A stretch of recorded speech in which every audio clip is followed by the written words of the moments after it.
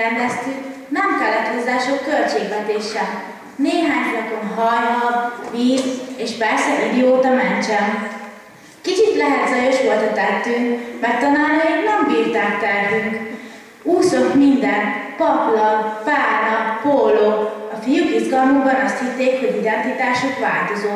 Szoknyát húztak, hajhaboztak, és azt hitték, hogy a hajhab szemnek való ékszer. Tanárnő meg a szemét kisírta vagy 7-szer. De nem bánatában, hanem örömködnyek jöttek, mert gondolta, mennyi csodálatos kinder. Utaztunk már sok-sok kilométert, kicsi buszunk mindig zajos volt. Például, mikor nagy dolgunkban elfogyott a slozetpapír.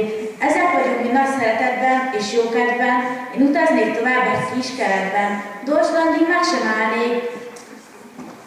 Megígérném tanárnőnek, hogy nagy szorgosan én leszek